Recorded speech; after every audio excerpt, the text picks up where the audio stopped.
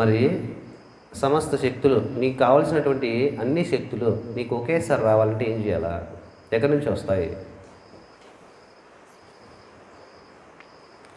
ఒక్కో శక్తిని ఒక్కోసారి సంపాదించుకునే వీలు లేదు. నీ ఆయుష్ సరిపోదు. ఒకేసారి అన్ని శక్తులు నీలో ప్రచోదనం అవ్వాలా. ఏం చేయాలా?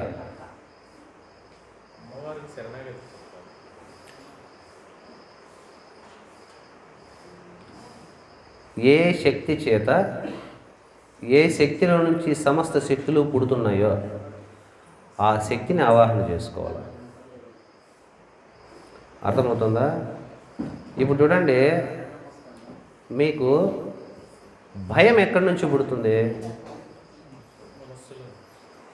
భయం ఎక్కడి నుంచి పుడుతుంది? మీ మనస్సులో భయం పుడుతుంది. ధైర్యము, అవునా కదా? ప్రేమ, ద్వేషము. అంటే ఎక్కడ ధైర్యం పుడుతుందో అక్కడే భయం పుడుతుంది, ఎక్కడ ప్రేమ పుడుతుందో అక్కడే ద్వేషం అన్నీ ఒకే ప్లేస్లోంచి పుడుతున్నాయి. బాగా గమనిస్తే కనుక అంటే అన్నీ ఒకే దాంట్లోంచి పుడుతున్నాయి. అన్నీ ఒకే దాంట్లోంచి పుడుతున్నాయి. ఆ ఒక్కటే పరాశక్తి. పరాశక్తి అంటే అన్నిటికంటే గొప్పదైనటువంటి శక్తి. మన శరీరంలోకి శక్తి ప్రవహించిన వెంటనే ఏం జరుగుతుందంటే 16 రకాలుగా అది డివైడ్ అయిపోతుంది. నీకు శక్తి ఉందంటే అది ఏ రకంగా అయినా ఉపయోగపడుతుంది. సపరేట్ శక్తులు మనం సంపాదించుకోము, ఉండవలాగా. ఒకటే శక్తే. అదే ధైర్యశక్తిగా, ఏకాగ్రత శక్తిగా, కృతజ్ఞతా శక్తిగా, జీర్ణశక్తిగా, రోగనిరోధ అన్ని రకాలుగా మారుతుంది. నువ్వు ఎట్లా కోరుకుంటే అట్లా మారుతుంది. నీ దగ్గర డబ్బులు ఉంటే ఏంది కావాలంటే అది కొనుక్కోవచ్చు లేదా? ఇది కూడా అంతే. నీ దగ్గర శక్తి ఉంటే, పరాశక్తి ఉంటే, ఆ పరాశక్తి చేత నీకు కావలసిన విధంగా నీ సంకల్పానుసారంగా శక్తి రూపాంతరం చెందుతుంది. ఇప్పుడు నువ్వు భోజనం చేసినావు, నీ శరీరంలో శక్తి వచ్చింది. ఏమొచ్చింది? శారీరక శక్తి వచ్చింది. నువ్వు గిర్రని తిరగలనుకో. ఇట్లా నీకేం శక్తి కావాలా? భ్రమణ శక్తి కావాలా, అవునా కదా? ఇప్పుడు నువ్వు తిన్నటువంటి శక్తి రొటేషనల్ పవర్గా కన్వర్ట్ అయిపోతుందా లేదా? ఇప్పుడు నీకు మాట్లాడాలా, వాక్శక్తి ఉండాలా. వాక్శక్తి ఇది ఎట్లా వచ్చింది? ఉన్న ఒకటే శక్తి వాక్శక్తిగా మారింది. నువ్వు కళ్ళతో చూడాలంటే దృశ్యశక్తి ఉండాలా, దృశ్యశక్తి. మరి దానికి మాట్లాడేదానికి శక్తి సపరేటు, చూసేదానికి శక్తి సపరేటు ఉంటాయా? ఒకటే శక్తే అన్ని రకాలుగా పనిచేస్తుంది మనకు. మరి ఈ శక్తిని ఎలా సంపాదించుకోవాలి? మార్గం ఏమిటి? ఈ శక్తి లేదనుకోండి, మీకు కావలసిన 16 శక్తులు మీకు లభ్యం కావు. మీకు ఈ శక్తులు లేవనుకోండి, మీరు బాగుండడానికి తలకిందుల తపస్సు చేసినా మీరు బాగుండలేరు. ఈ ఒక చిన్న రహస్యం తెలియక జీవితాలు నాశనం చేసుకుంటా, అనవసరమైన దానికి జీవితాన్ని వెచ్చించుకుంటా, పిచ్చి సాధనలు చేసుకుంటా, పిచ్చి ప్రయోగాలు చేసుకుంటా, జీవితం మొత్తము అశక్తతతోని, నిరాశతోనే, నిస్పృహతోనే, అసంతృప్తితోనే జీవించి మురిగి లాస్ట్కి చివరికే పీడను, భయంకరమైనటువంటి పీడను అనుభవిస్తూ మరణిస్తున్నాడు మనిషి.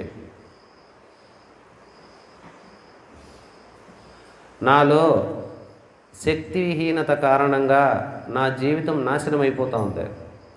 నేను శక్తిని సంపాదించుకోవాలా. శక్తియే సమస్తానికి కారణం. ఆ శక్తి ఎలా వస్తుంది?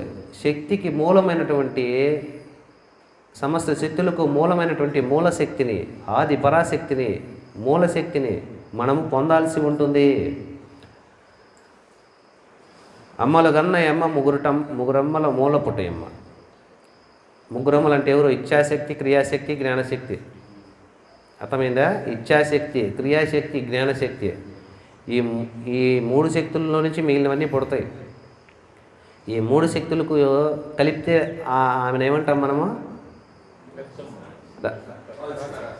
పరాశక్తి అంటాం. సరస్వతీమాతను, లక్ష్మీమాతను, అమ్మవారిని కలిపితే ఏమంటామో? పరాశక్తి, ఇచ్ఛాశక్తి. అర్థమవుతుందా? ఎవరు? లక్ష్మీమాత. క్రియాశక్తి పార్వతీమాత. జ్ఞానశక్తి సరస్వతీమాత. ఈ ముగ్గురు కలిస్తేనే మనం ఉండేది.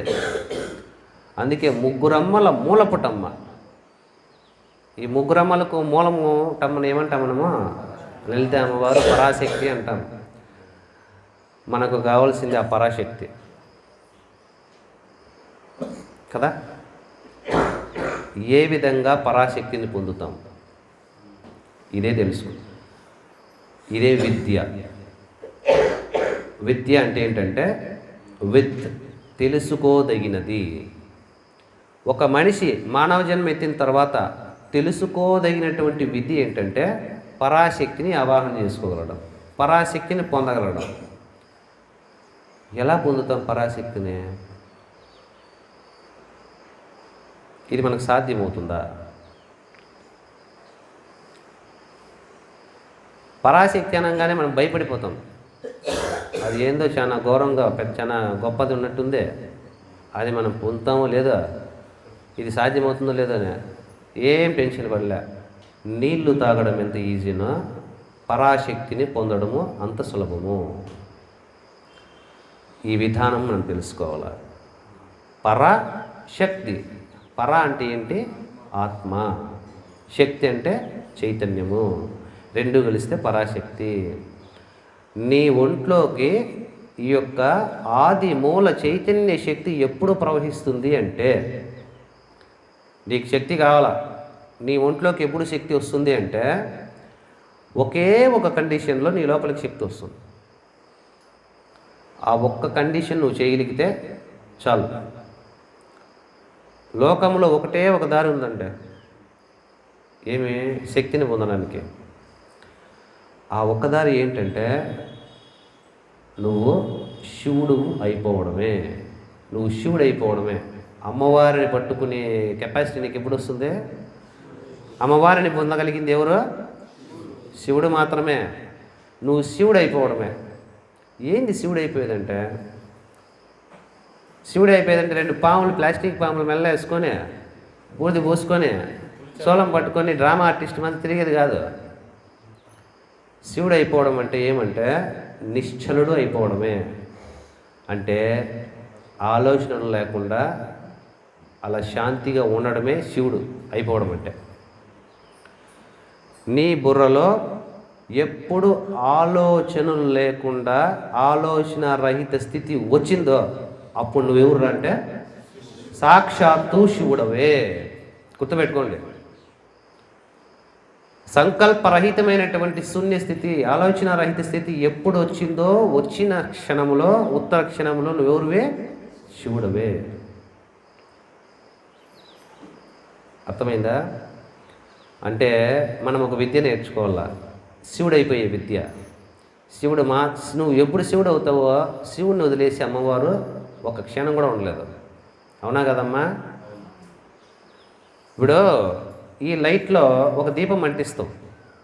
ఒక దీపం అంటించినప్పుడు దీపానికి 2 లక్షణాలు ఉంటాయి.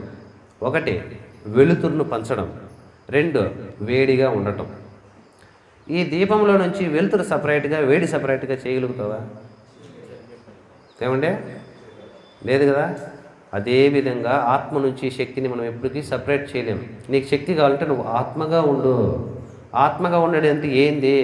ఆలోచన లేకుండా ఉండు, మనస్సు లేకుండా ఉండు, మనస్సును త్యాగం చేయి, మనస్సును శూన్యం చేసుకో. నువ్వు శివుడవే. ఎవడికి మనసు లేదో వాడు శివుడవే. అర్థమవుతుందా? కాబట్టి ఆలోచన రహిత స్థితిలో ఉండడం ద్వారా మాత్రమే నీకు శక్తి వస్తుంది. ఇంక దేనివల్ల ఎప్పుడు సాధ్యమవుతుంది ఆలోచన లేకుండా ఉండడము? ధ్యానము తప్ప వేరే మార్గం ఏదైనా ఉందా? ఏం లేదు. ఈ ప్రపంచంలో ధ్యానం తప్ప వేరే మార్గం ఏది లేదు. ధ్యానము వల్ల నీకేమొస్తుందంటే నీ షట్చక్రాలలోకి చైతన్య శక్తి ప్రవహిస్తుంది. ప్రవహించినటువంటి శక్తి నీ చక్రాల్లో స్టోర్ అవుతుంది. ఏమి 6 మనకు షట్చక్రాలు, 6 చక్రాలు ప్లస్ 1 7 ఉంటాయి. శక్తి ఎంత అద్భుతమైనటువంటి టెక్నాలజీ లోపల జరుగుతుందో మీరు బాగా గమనించండి. మీకు సంతానోత్పత్తి కలగాలంటే వీర్యశక్తి ఉండాలి, అవునా కదా? ఎవడికి వీర్యశక్తి లేదా సంతానోత్పత్తి కలగదు. ఏమి విసర్జక శక్తి లేదనుకో, నీకు నువ్వు తినింది విసర్జించలేవు, లోపలే ఉండిపోతుంది మొత్తం. నీ శక్తి కనుక ఈ ఆత్మ చైతన్య శక్తి అనేది, దీన్నే సైన్స్లో చెప్పాలంటే నేను క్వాంటమ్ ఎనర్జీ అంటాను. క్వాంటమ్ ఎనర్జీ ఏంది? క్వాంటమ్ ఎనర్జీ అంటే ఎలక్ట్రాన్స్ ప్రోటాన్స్ కూడా ఏర్పడక ముందు చూడండి, రా మెటీరియల్, దాన్ని మూలశక్తి అంటాం, క్వాంటమ్ ఎనర్జీ అంటాం సైన్స్లో. దాన్ని మనం ఇక్కడ ఏమంటున్నామంటే ఆత్మ చైతన్య శక్తి అంటున్నాం. అర్థమైందా? ఈ క్వాంటమ్సే ఎలక్ట్రాను ప్రోటాన్గా మారినాయి. ఎలక్ట్రాను ప్రోటాను కలిసి అణువులైనాయి, అణువులు కలిసి పదార్థాలైనాయి, పదార్థాలు కలిసి శరీరంతో పాటు ప్రపంచంగా మారింది. మళ్ళా లయం అయిపోతే మొత్తం అణువుల కంటే ముందున్నటువంటి మూలశక్తిగా మళ్ళా లయం అయిపోతుంది. అది క్వాంటమ్ ఫీల్డ్, శూన్యం. క్వాంటమ్ ఫీల్డ్ అంటే ఏమి? శూన్యం. అంటే there is no manifestation of energy, only raw energy ఉంటుందంతే. నువ్వు ఏదైనా ఆ రా ఎనర్జీని నేరుగా పొందినప్పుడు మాత్రమే ఆ రా ఎనర్జీనే నీ బాడీలోకి వచ్చిన తర్వాత అనేక రకాల ఎనర్జీగా మారుతుంది. ఎలా వస్తుంది, ఎలా జరుగుతుంది? ఇది ఎంత టెక్నాలజీ చూడండి. మీ బ్రహ్మరంధ్రం గుండా బయలుదేరినటువంటి ఆత్మ చైతన్య శక్తి చక్రాల్లో స్టోర్ అవుతుంది. చక్రాలు అనేటివి ట్రాన్స్ఫార్మర్లు, బ్యాటరీలు ఇవి. వాటి నుంచి వచ్చిన పవర్ ప్లాంట్ నుంచి వచ్చినటువంటి ఎనర్జీని ఏం చేసి పెట్టుకుంటే స్టోర్ చేసి పెట్టుకుంటాయి. కింద అన్నిటికంటే కింద మీ వెన్నెముక ఎక్కడ ఎండ్ అవుతుందో, ఇట్లా వెనకాల పట్టుకొని చూసుకుంటే వెన్నెముక ఎక్కడ ఎండ్ అవుతుందో, అందరూ వినమ్మా నిద్రపోకుండా, వెన్నెముక ఎక్కడ ఎండ్ అవుతుందో అక్కడ మూలాధార చక్రం ఉంటుంది. ఆ మూలాధార చక్రంలో అదొక బ్యాటరీ అనుకోండి, దాంట్లోకి ఎనర్జీ పోయి నిండింది అనుకోండి, నువ్వు నిలబడుకోగలిగినటువంటి శక్తి వస్తుంది. ఫస్ట్ ఆఫ్ ఆల్ ఆరోగ్యంగా ఉండగలిగినటువంటి శక్తి వస్తుంది, ప్లస్ నువ్వు విసర్జన చేయగలిగినటువంటి శక్తి నీకు వస్తుంది. మూలాధారంలో శక్తి లేదనుకో, నీకు రోగనిరోధక శక్తి ఉండదు, అర్థమవుతున్న విసర్జక శక్తి ఉండదు. అర్థమైందా? నీ అసలు నువ్వు తిన్న ఫుడ్ రక్తముగా ఎనర్జీగా మారే ఆ టెక్నాలజీనే ఉండదు, సిస్టమ్ మళ్ళీ ఉండదు. మళ్ళీ అందుకే ఎంత తిన్నా నిస్సత్తుగానే ఉంటారు చాలామంది, ఎంత తినే శక్తి ఉండదు వాళ్ళకు. ఎందుకంటే మెటబాలిజం కరెక్ట్గా లేదు. మెటబాలిజం అంటే మనం తీసుకున్న ఆహార పదార్థం శక్తిగా మారడాన్ని మెటబాలిజం అంటారు. మెటబాలిజం సరిగా లేదనుకో, నువ్వు ఎంత అన్నా తిను, నువ్వు నీరసంగానే ఉంటావు. ఇలా ఎందుకు జరుగుతుందంటే నీ మూలాధార చక్రం నందు తగినంత పవర్ స్టోర్ కాలేదు. అదే ఆత్మ చైతన్య శక్తి, క్వాంటమ్ ఎనర్జీ నీ స్వాధిష్టాన చక్రం అనే బ్యాటరీలో స్టోర్ అయిందనుకోండి, నీకు వీర్యశక్తి వస్తుంది, అంటే ద సెక్షువల్ పవర్ వస్తుంది. అర్థమవుతుందా? ఆ యొక్క సంతానోత్పత్తికి కావలసినటువంటి శక్తి వస్తుంది. ఏదైనా ఒకటి క్రియాత్మక శక్తి అంటే ఏదైనా కొత్తగా నువ్వు నిర్మించాలనుకుంటే క్రియేటివిటీ వస్తుంది, స్థైర్యం వస్తుంది, ఆత్మవిశ్వాసం వస్తుంది. అర్థమైందా? అదే శక్తి మణిపూరక చక్రంలోకి పోయి ఫిలప్ అయిపోయింది అనుకోండి, ధ్యానంలో కూర్చున్నప్పుడు ఏ శక్తి అయితే వస్తుందో ఆ క్వాంటమ్ ఎనర్జీ అనేది నీ మణిపూరక చక్రంలో నిండింది అనుకోండి, బ్యాటరీ, జీర్ణశక్తి అద్భుతంగా ఉంటుంది. అర్థమైందా? జీర్ణశక్తి అద్భుతంగా పనిచేస్తుంది. నీలో ప్యాంక్రియాస్ గ్లాండ్ ఉంటుంది కదా, షుగర్ అంటే ఇన్సులిన్ ఉత్పత్తి చేసే గ్లాండ్ ఉంటుంది, క్లోమగ్రంథి అంటారు దాన్ని. అది కరెక్ట్గా ఇన్సులిన్ రిలీజ్ చేయకపోతే నువ్వు తిన్న ఫుడ్